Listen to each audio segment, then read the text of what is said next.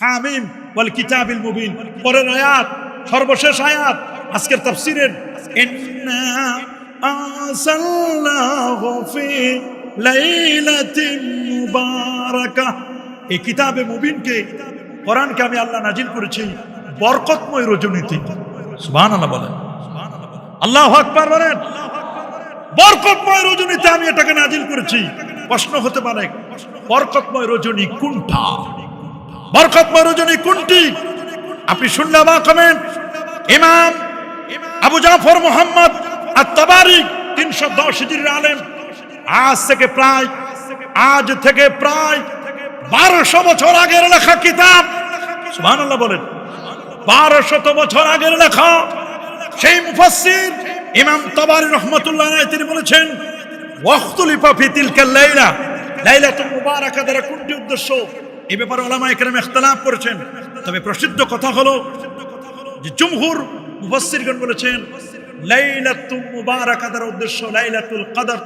وقال ইকরিমা ওয়া জামাআতু মিনাল মুফাসসিরিন, ইকরামা এবং একদল মুফাসসির বলেছেন লাইলাতুল মুবারাকা দ্বারা লাইলাতুন নিসফি মিন শাবান, বা এটার নাম লাইলাতুল বারাত, যেটাকে আমরা আমাদের তাফসীরের ভাষায় বলি লাইলাতুল বারাত।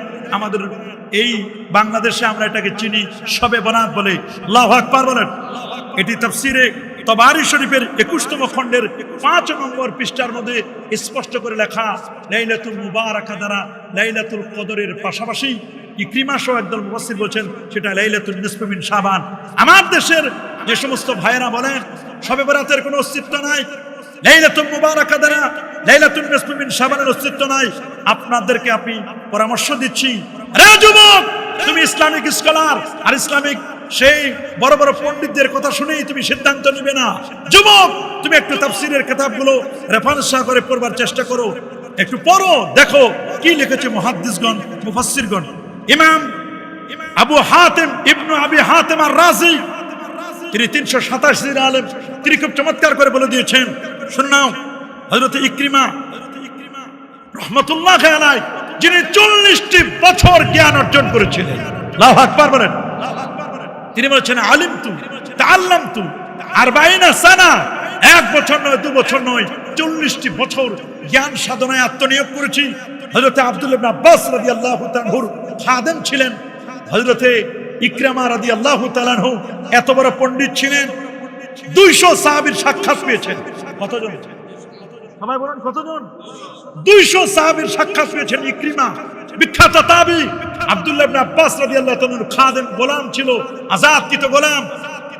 আব্দুল্লাহ ইবনে আব্বাসের যুগে তাকে ফতোয়া দেওয়ার পারমিশন দেওয়া হয়েছিল।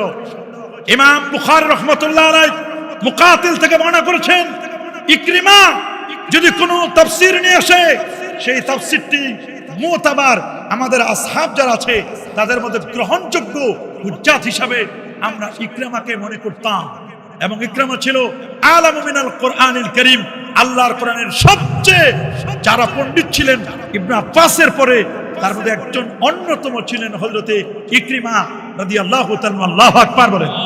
সেই ইকরিমা বলেছেন জামাতুন, ইকরিমা বলেছেন শুনে নাও তোমরা, লাইলাতুল মুবারাকা দ্বারা যেমন লাইলাতুল কদরকে বোঝানো হয়েছে, অন্যান্যরা বলেছেন, ইকরিমা বলেছেন আমি বলছি লাইলাতুল মুবারাকা দ্বারা মূলত লাইলাতুন নিসফি মিন শাবান, ইবরামু আমরুস সানা ওয়া তুনসাকুল আহইয়া মিনাল আমওয়াত ওয়া ইউকতাবুল হাজ্জু ওয়া লা ইউজাদু ফীহিম লা ইউনকাসু মিনহুম আহাদুন। স্পষ্ট করে লেখা 18531 নম্বর বর্ণনার মধ্যে স্পষ্ট করে বলে দেওয়া হয়েছে যে এই রাতটা এত বরকতময় রাত, লাইলাতুন নিসফি মিন শাবান, শবে বরাতের রাতটি এত বরকতময়, সারা বছরের প্রতিটি বিষয়ের ফয়সালা করা হয় এই শবে বরাতের রাতে। আল্লাহু আকবার বলেন। যারা আগামী বছর ইন্তেকাল করবে, আগামী বছর যারা মারা যাবেন, ইন্তেকাল করবেন, তাদের লিস্ট করা হয় শবে বরাতের রাতে। সুবহানাল্লাহ বলেন। আগামী বছর যারা পৃথিবীতে জন্মগ্রহণ করবেন, পৃথিবীর আলো বাতাস দেখবেন, তাদের লিস্ট হয় শবে বরাতের রাতে। আগামী বছর যারা হজ করতে যাবেন, তাদের লিস্ট করা হবে শবে বরাতের রাতে। ওয়ালা ইউজাদু, বাড়ানো হবে না, একজনকে কমানো হবে না। আল্লাহু আকবার বলেন। আরে যারা বলেন আল্লাহু আকবার। শুধু তাই নয়, তাফসীরে কুরতুবীর মধ্যে ইমামে কুরতুবী রহমাতুল্লাহ আলাইহি 671 হিজরি আলেম 19তম খণ্ডের 99 এবং 100 মোট 2 পৃষ্ঠা ব্যাপী আলোচনা করছে। তিনি বলেছেন লাইলাতুল মুবারাকা দানা লাইলাতুল কদরের পাশাপাশি একদল মুফাসসির বলেছেন লাইলাতুল নিসফি মিন শাবান, শবে বরাতের রাত। এবং তিনি বলেন ওয়ালাহা আরবাতু আসমা, শবে বরাতের রাতের 4টা নাম আছে। কয়টা? সবাই বলেন কয়টা? এর বলেছেন 1 নম্বর হচ্ছে আল-লাইলাতুল মুবারাকা, 2 নম্বর লাইলাতুল বারাত, 3 নম্বর লাইলাতুল সাক্কি, 4 নম্বর লাইলাতুল কদর। সুবহানাল্লাহ সুবহানাল্লাহ। তিনি বলেছেন শবে বরাতের রাতের 4টি নাম, যেখানে 4টি নাম আছে সেই 4টি নামের কথা আল্লামা ইমাম জালালউদ্দিন আব্দুর রহমান ইবনে আবু বকর আস-সুয়ুতি 911 হিজরি আলেম 2 লক্ষ হাদিস যার বা সনদ মুখস্থ ছিল, 75 বার আমার নবীকে যিনি জাগ্রত অবস্থায় দেখেছিলেন। তাফসীরে জাল্লাইনের মধ্যে লেখা 496 পৃষ্ঠা আল মুরাদু বিলাইলাতিল মুবারাকা, লাইলাতুল মুবারাকার উদ্দেশ্য হচ্ছে লাইলাতুন নিসফি মিন শাবান, স্পষ্ট করে লেখা। ইমাম কাজীউল কুসাত আবি সাউদ তাফসীর আবি সাউদের মধ্যে তিনিও বলে দিয়েছেন 8ম খণ্ডের 58 পৃষ্ঠার মধ্যে লাইলাতুল মুবারাকা দানা লাইলাতুন নিসফি মিন শাবান। ফাতিমাতুল মুফাসসিরিন আল্লামা শাইখ ইসমাইল হাক্কি 1137 হিজরি আলেম, তিনি তার 8ম খণ্ডের 402 পৃষ্ঠার মধ্যে বলেছেন আল মুরাদু বিলাইলাতিল মুবারাকা হিয়া লাইলাতুন নিসফি মিন শাবান। ফাতিমাতুল মুহাক্কিকিন মুফতি বাগদাদ আল্লামা আবুল ফজল শিহাবউদ্দিন আস-সাইয়্যিদ মাহমুদ আলুসি আল বাগদাদি 1270 হিজরি আলেম, তিনিও খুব চমৎকার করে বলেছেন।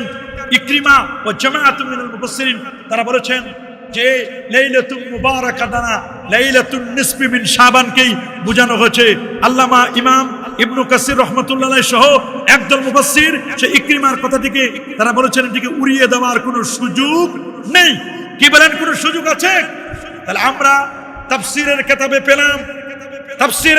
পেলাম লাইলাতুল মুবারাকার অস্তিত্ব আছে না নাই? শবে বরাতের অস্তিত্ব আছে কিনা? হাত তুলে দেখাও মুসলমান, শবে বরাতের অস্তিত্ব আছে কিনা? আমি যে 1200 বছর আগের জগৎ বিখ্যাত মুফাসসির এদের বিষয়গুলো কোট করলাম, তাফসীরে তাবারি, তাফসীরে রুহুল মানি, তাফসীরে আবি সাউদ, তাফসীরে আবি হাতিম আর-রাজি, তাফসীরে রুহুল বায়ান, এছাড়া আমি তাফসীরে মাযহারি, তাফসীরে দুররে মনসুর, এতগুলো তাফসীরের কিতাব থেকে কোট করলাম। এরা কি তাহলে ভুল বুঝেছে? কে বলেন এরা কি ভুল বুঝেছে? আর আমার দেশের কিছু পোশাকি আলেম তারা আজকে বলে বেড়াচ্ছেন শবে বরাতের কোনো অস্তিত্ব নাই।